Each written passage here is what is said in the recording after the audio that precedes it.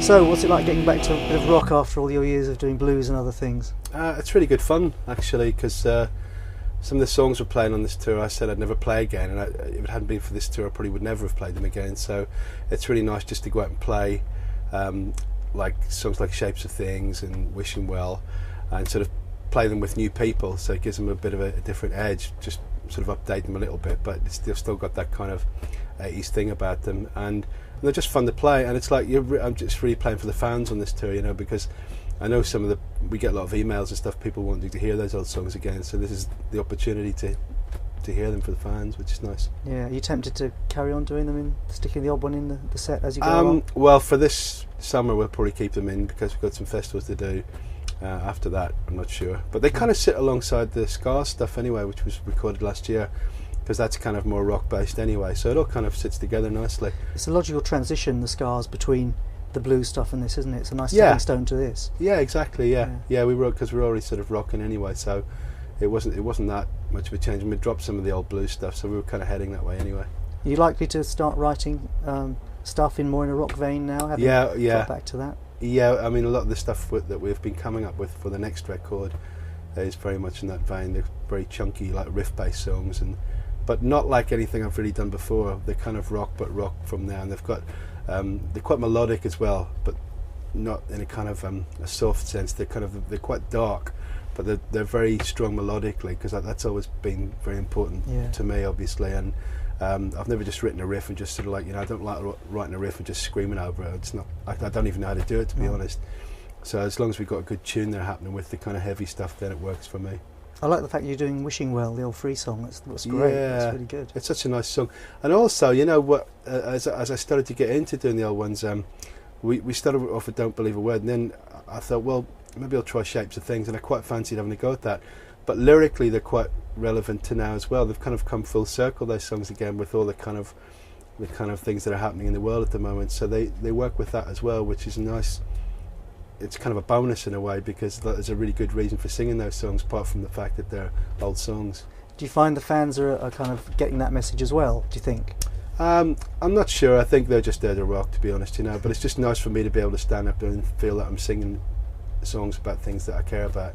So you're not just churning out past things, it's actually that it's got a new relevance because of the time. No, we chose them quite carefully. Out in the Fields, obviously, it's quite a big anti-war song as well, and it wasn't necessarily set against Ireland even at the time that I wrote it, and I did it with Phil in it.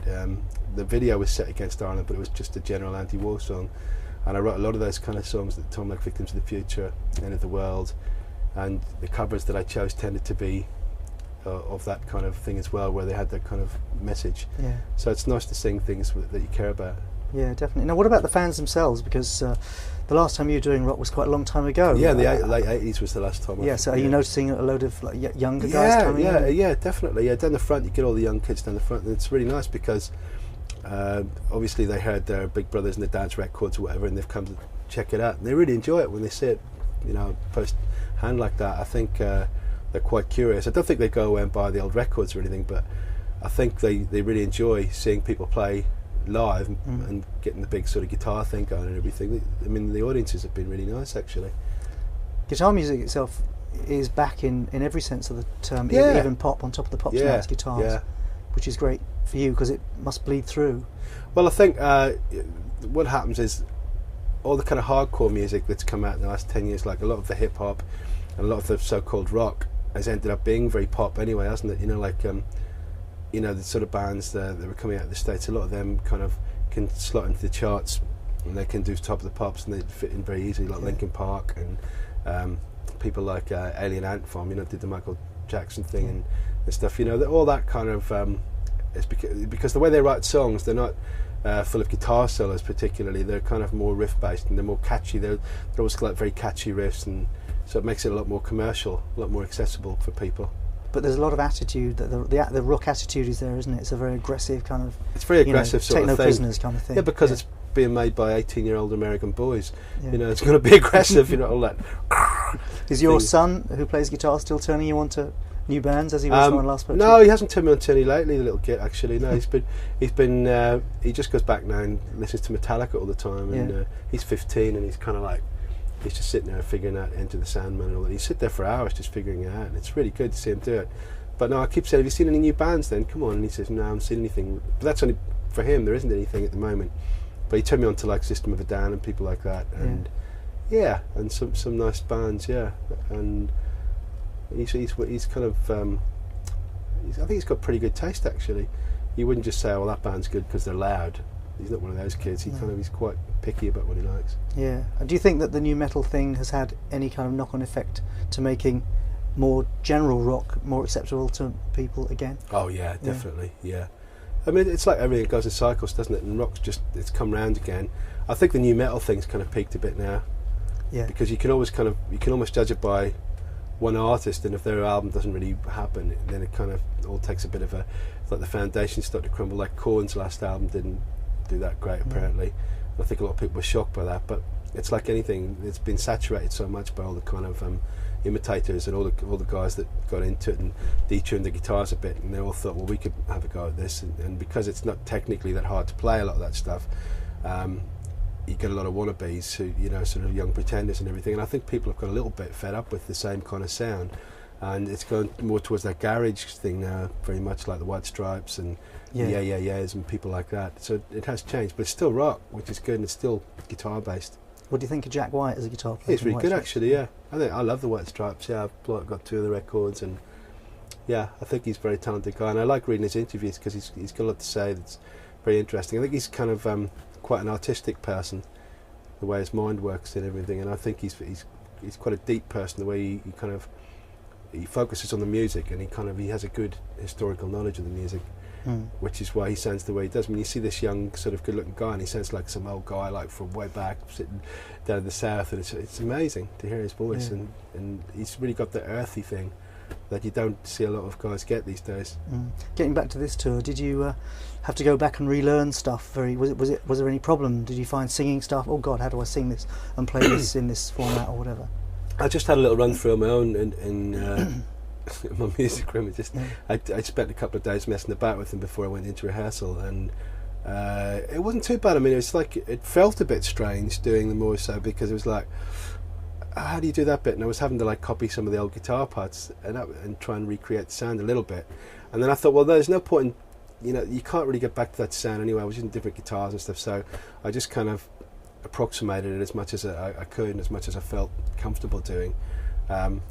Someone had a Fender guitar like Wishing Well at a Strat, but Shapes of Things has a Les Paul, and it's the first 2 songs, so you choose your weapon, and that's it, go for it.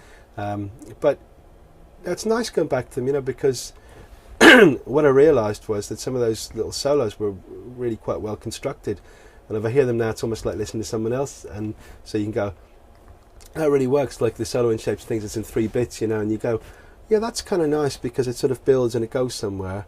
And I could see kind of how I was thinking, and it was nice to get back to that and appreciate it for what it was, because I wouldn't have even listened to those records. I didn't even have them. I had to get someone to get them for me. Really? I hadn't listened to them for years now. Really? How did you choose what you were going to do? How did you choose the songs? Well, partly, like I said, because of the lyrics, and a lot of it was the guitar.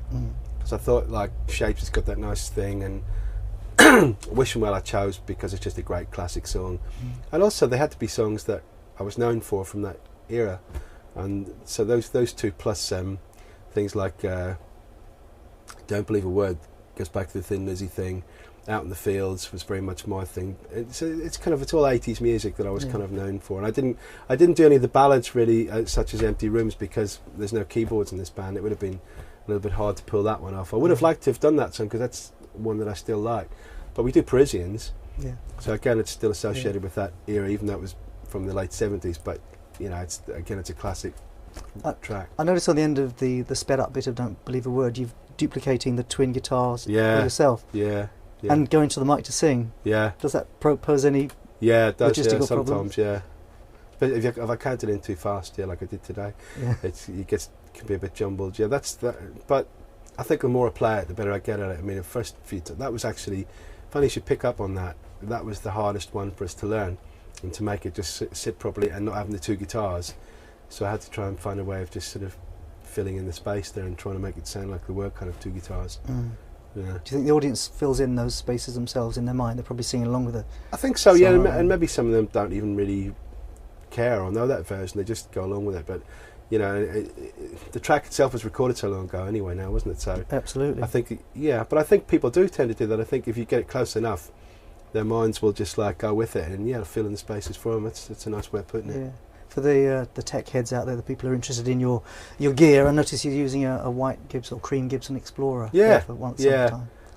Well, I had a black Explorer that I used on the track Rectify from the last album, the Scars album, and I was really looking forward to getting off the road because I thought I really want to start using this sound more. So even if we haven't been doing this, I was definitely going more that way with the sound, and I was getting away from the Strat again, because when we formed Scars, we were very much into, as I told you when we spoke about it before, it was all about getting back to the kind of 60s thing, and we had a very sort of Hendrixy sort of feel about the whole thing, and Band of Gypsies and the improvisation that went with that. And once we'd done the record and done the tour, I really just found myself drifting again back to the Gibson, which is not something I would have thought at the start of the tour.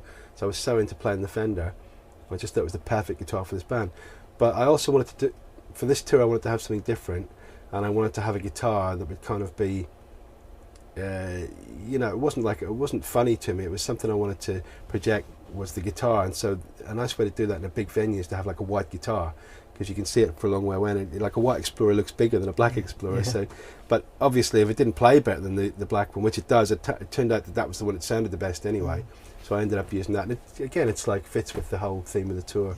And I'm quite enjoying playing it. It's got a nice kind of rich sound to it, and you can get any kind of sound out of it though, really. You turn it down, it's a little bit fearsome because, you know, the controls are very sensitive, so you can just, as soon as you turn it on, it can roar at you. It's a bit like a sports car, you know, you've got to be really careful with it. Yeah. So have you been going around the country and looking at in guitar shops and buying? Yeah, I always try. Yeah, and I buy loads of pedals all the time, and yeah. I ended up getting one the other day in Cardiff, and then I used it that night, which for me is very brave. Yeah. Yeah, I bought a warp pedal, and I bought another distortion pedal from. I'm getting into those DoD pedals actually. Yeah.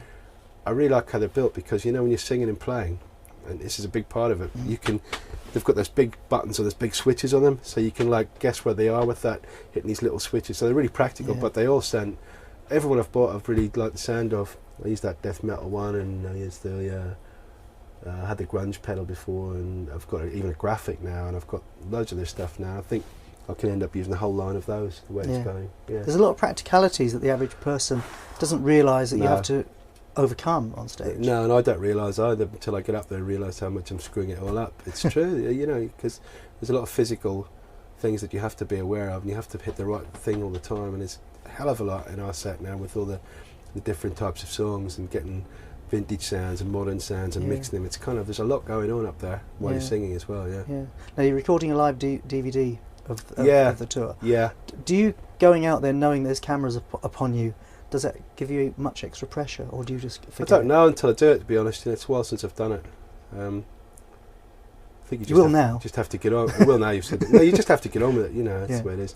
I mean, the gig can go either way anyway, to be honest. Yeah. How many are you recording to do this, or is it just a one shot? It's just we're filming one, but we're recording two. So there's a live album coming out around the same time as the DVD, but they're not necessarily all from the same night. Yeah. But all the visuals will obviously be from the same night on the soundtrack for that. But we might choose some different tracks for the live album. Yeah. Are you if you say were to, no, not that of course you would make a tremendous cock up in the middle of one of the songs? Oh, I could easily. Would you laugh about it and leave it, or would you go back and fix it? I'll try and leave it as much as I can. I usually do. I mean, you know, last time I did a live album, when I did the live blues album in the 90s, that was very, very live. Hardly touched anything on that. People said it was too good to be a live album, so they didn't even, you know, people just didn't believe it was live because it was so well rehearsed. But we're not like that, so we're definitely a bit more of a loose cannon this band. It can change, believe me. It could change right now as we're talking. So the last gig of the tour is Dublin. You're looking forward to going back almost home? Yeah, I love going back to Dublin because that's kind of where I started my professional career when I joined Skid Row when I was 16. And I still go back there more than I go to the north. I just love Dublin. It's changed quite a lot, but the people are the same. So yeah, it's great to be going back there. Yeah, and your dad's coming to the gig? Yeah, he always comes to Dublin to see us, Yeah, excellent. There you go. Well, have a great gig tonight. Thanks, man. I'm sure you'll go down fantastically. Thank you.